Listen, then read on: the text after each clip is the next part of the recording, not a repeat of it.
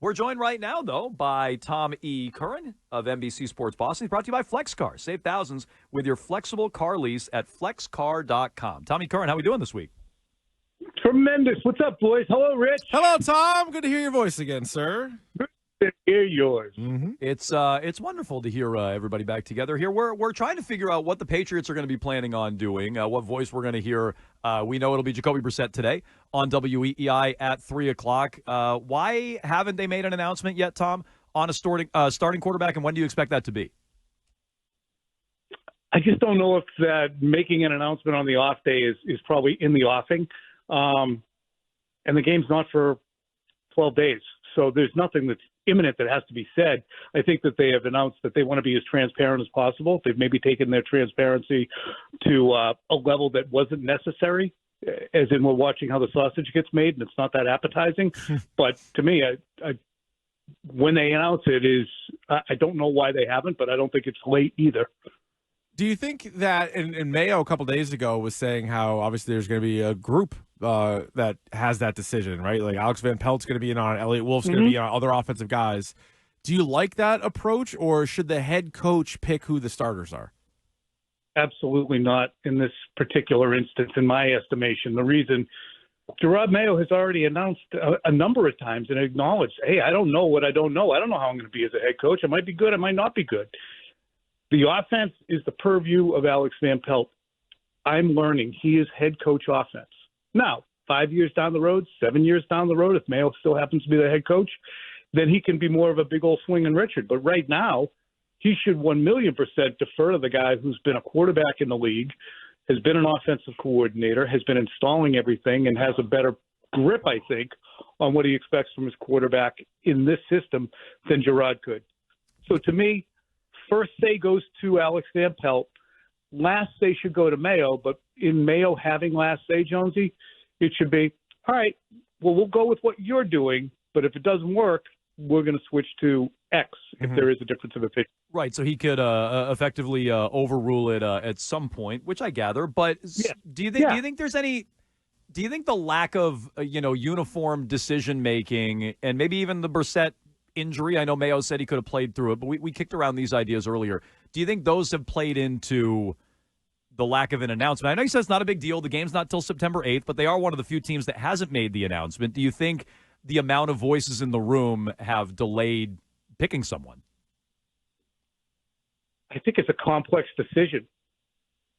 And I don't know if it would be even easy for, if with Sean Payton sitting here, a very experienced offensive coach. It's a kind of a complex decision.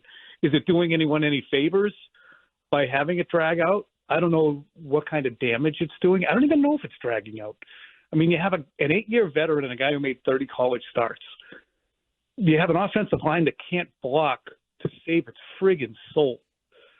You've already said you're going to make a project of the kid that you're bringing in. He's well ahead of schedule as far as I'm concerned, but still he is a project. And you just ruined a quarterback by shoving him out there and taking all his goodies away in his second year in Mac Jones. It's a fait accompli. I mean, to me, we're kind of waiting on white smoke, but we already know who the Pope is. It's going to be Brissett. So, I mean, if I had to bet money, I agree. I think it will be Brissett week 1, but we saw Bailey Zappi got released, and I thought that might give a little bit of evidence that maybe they are going to go with Drake Maye. And the reason I say it is if they don't want to start Drake Maye and they're like, hey, he's not ready, or at least the team around him isn't ready, we're going to go with the veteran. We're going to go with Brissett, who already got banged up in the last preseason game. So if he either can't go or he gets re-injured again, are they going to go right to Drake Maye then, or are they going to go with a veteran guy like Bailey Zappi? So do you read the cut of Zappi into this who's going to start at all?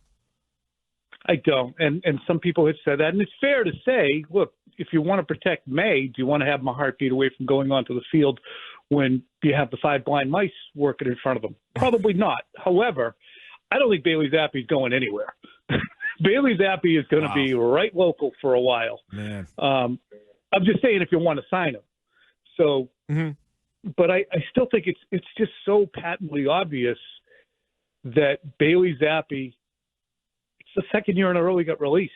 Yet he was the starting quarterback for the last 3 or 4 games last year. It's just such a bad team going back to last year. I don't think people have an appreciation for how horrible the 2023 Patriots really were. They went into at this time last year, Mac Jones was the only quarterback on the roster. They had gone through Matt Corral, Ian Book, and released Zappi, and Jones was the only guy. So, never mind. I digress. Yeah, that was a bad team. It still is. They weren't good. Someone called them a Tier 5 don't look back in anger team. That's true. So we're talking to Tommy Curran, NBC Sports Boston. His latest is up there now. Drake Maye and the starting quarterback decision. It's worth checking out. So you and I have argued about this in the past, Tom. Like, if Drake Maye isn't ready week 1, when is he going to be ready? And do you want him to sit the entire season? You addressed this in the column today.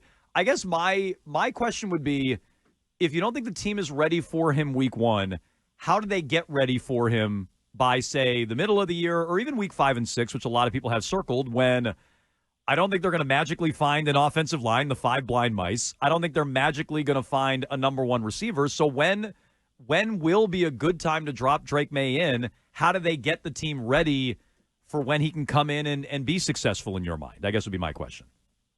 Yeah. Well, we all know that as the season goes along, every team gets better. And yes, defenses are going to get better, but the Patriots will become more competent with what they're trying to do, to the point where it doesn't look like it looked against Philadelphia in the joint practice or the other night without David Andrews and Adarian Lowe on the field as well. It's going to look better. There'll be a higher level of competency. There'll be a knowledge from Van Pelt in the offensive line. Okay, we can't do that. That player can't do this. At the same time, Maye will continue to improve. So when those two things dovetail, there's competency on the offensive line. Maye has improved enough to a point where he can defend himself. And that's one funny thing is I'm less concerned about the physical battering than the mental battering. Everybody takes a beating, whether it's Brady behind a good offensive line, whether it's Jacoby Brissett on Sunday night, or whether it's Drake Maye. They're going to take a beating. It's the mental battering that I don't think Drake Maye needs to be subjected to, because you made a crap ton of progress since April. The best way to undo it is to drop him in the middle of the highway with speeding traffic on all sides and say, okay, show me that cool footwork you learned.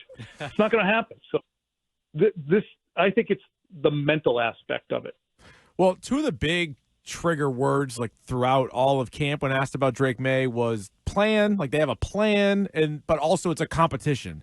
So I guess my question would be, and I know Greg Hill the other day asked Mayo, what is the plan? And the first thing he brought up was Brissett, and then he was talking about like kind of it was like other things to do with Drake Maye. But I guess my question would be like, if the plan truly was a competition, and then Drake Maye wins the competition, like, doesn't he then get the job? Or was really the plan all along just to do your best to develop him, but no matter what, you weren't going to play in week 1? Yeah, I said this, see if you agree with this metaphor. It was like the Globetrotters and the Washington Generals. Go out there and compete, but we all know who's going to win in the end. And it wasn't a talent. Yeah. So compete. Try and get the job. Okay, you were better than him, but we're not going to give you the job. Are you crazy? He's spinning the ball on his finger. Just take it. Take it. You know, Tom. You're crazy. We can't put you out there yet. You know, Tom, we've both been both Keefe and myself. Maybe you over the year. You ever been a Washington General, Tom? Both Keefe and myself a long time ago were Washington Generals. Yeah, we took the loss that day. Yep, I did. Yeah, we didn't win. No, That's true. no. To your analogy, it's a good analogy. Neither of us won, so good point. Never been a general, but I know the role. Yeah, understandable. Yep. So when it comes to the offensive line, it was so bad. bad. Can I circle back? Oh yeah, sure, go for it. Go ahead. One thing I think that has been difficult is, and I said this last night on TV, and it sounds a little patronizing. I think that the Patriots, I think that Mayo has been too transparent and expected people to understand the nuance of what he is saying in different interviews, and that has caused a lot of confusion. Like, I can get the concept of someone can play better than, like, I can play better golf than somebody who's a better player than me over a period of time. But when it comes to deciding who you want to be your two-man scramble partner, you're going to say, I'll take the guy who's a better golfer. I'm not going to take the guy who's been playing better recently. I know he's better. And if he screws up, well, that's fine. At least I went with the safe thing. I think that that's kind of what's going on. Yes, he's played he has outperformed him, but he's not a better quarterback soup to nuts yet. What about, it won't be long, but not yet. What about Mayo at the end of July saying Jacoby Brissett is obviously our starter, and then last week saying we don't have a starter? I think that's indicative of him closing in on it. Okay. And I think that he was saying at that time, Jacoby's our starter. I don't think he was saying Jacoby's going to start week 1. He was saying at this time, Jacoby's our starter, as in he'll take first reps. But again, this goes to the conversation. We pay attention to sports. We're have a decent command of the language, and yet we're still trying to decipher what he meant. And I think that's something that Mayo is really going to have to work on is a preparation of messaging, because you can't have people they're paying attention. They give a crap about your team. Don't be muddled with your messaging. No, and I think that's a good point, right? Even if there was nuance that he expects us to be clued in on, he's got to be the one cluing us in. So I would agree with that. On the offensive line, is that all about talent, or is there an issue with coaching here as well? Because they look completely unprepared the other night. I'm going to start with personnel, actually. I'm going to start with Elliott Wolf. I mean, he's a guy who, with a straight face, said that this team could support a rookie quarterback, no problem, and that they'd be good to go. And that's the inverse has happened. You clearly cannot support that quarterback because your offensive line isn't good enough right now to use him. And even the veteran quarterbacks in jeopardy as a result of the offensive line. So I start with Elliott Wolf and Matt Groh, who were part of the group last year who said, let's go get Riley Reif and Vidarian Lowe and Tyrone Wheatley Jr. and Calvin Anderson. And they presented those as solutions, and they weren't. And now they've presented us with these solutions. You know, Layden Robinson, people who watch the offensive line a hell of a lot closer than me at practice have all talked about how great Layden Robinson would be. And he got absolutely shoved around like a kid. Caden Wallace, drafted as a possible left tackle, has never played it, been a right tackle. Same thing with Chukes Okorafor. And this starts with them. And then I think it goes to the coaching staff. Scott Peters clearly not getting through. But who hired these guys is what is irksome to me. Yeah, I agree. I mean, just not lining up properly, not executing a snap. I mean, that's even worse than, giving up a pass rush. But anyway, like it was a disaster all the way around. Now, this is not a roster that is going to have a lot of surprise cuts because, as we were talking about earlier, not 53 great players to begin with. So, guy 54 through 70, probably not super noteworthy. However, Kevin Harris, I thought looked good in camp. I thought he was going to be one of the running backs on the team, and he gets cut today. What were your thoughts on Harris getting released?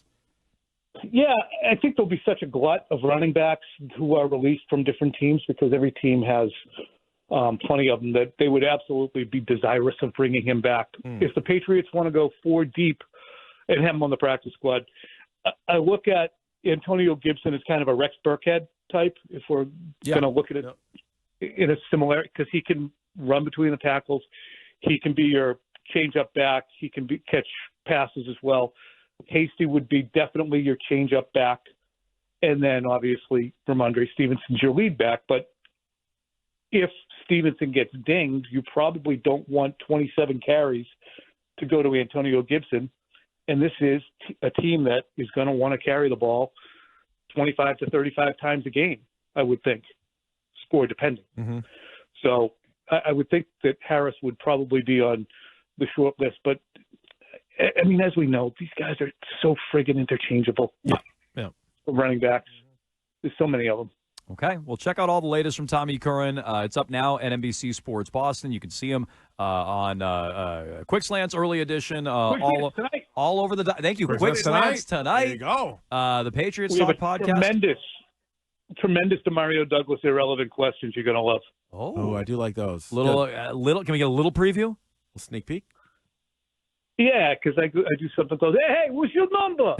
and somehow he was able to decide on the number he got, and that gets really, really funny. Oh, I asked Christian Gonzalez that yesterday, and he had a ton of energy about that. He was super excited to talk to us. It was less funny, so that's good. Okay, good. So you, okay, so that's tonight on Quick Slants. Did he have no energy? It was not much. No, not. He must have been maybe tired from the day. Must have been an exhausting practice. That's true. Tom, we appreciate it. Thanks so much. See you guys. Thanks, Tom. All right, Tommy Curran joining us here on WEEI, brought to you by FlexCar.